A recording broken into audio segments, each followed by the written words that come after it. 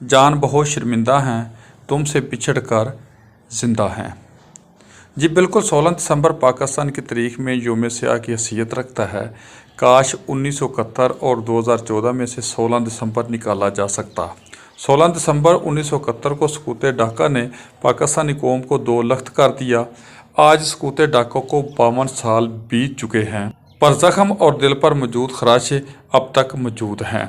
नाअक्बत अंदेशों और मुल्क दुश्मन ने एक बार फिर पाकिस्तानी कौम के दिलों को टुकड़े टुकड़े करने के लिए एक बार फिर 2014 में 16 दिसंबर को ही चुना और कौम के मासूम नौनहालों को आर्मी पब्लिक स्कूल पेशावर में दौरान तदरीस असातिज़ा के हमरा खून में नहला दिया। कौम का हर फर्द उस दिन भी अश्कबार था और 9 साल गुजर जाने के बावजूद अश्कबार आज भी है। जिंदा कौमें आजमाइशों से घबराया नहीं करती। हम शोहदा के बुलंद दर्जात और लवाहकीन के लिए दुआ गो हैं। यहाँ मैं ये भी बताना ज़रूरी समझता हूँ कि अलीपुर चट्ठा में APC के अजीम शोहदा के लिए सरकारी सतह पर कोई भी तकरीब मुनक्कद नहीं हुई, जो हम सब के लिए लम्हा फ़िक्रिया है।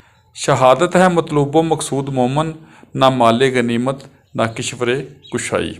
कैमरामैन उवैस नवीद के साथ नवीद भट्ट, अलीपुर चट्ठा।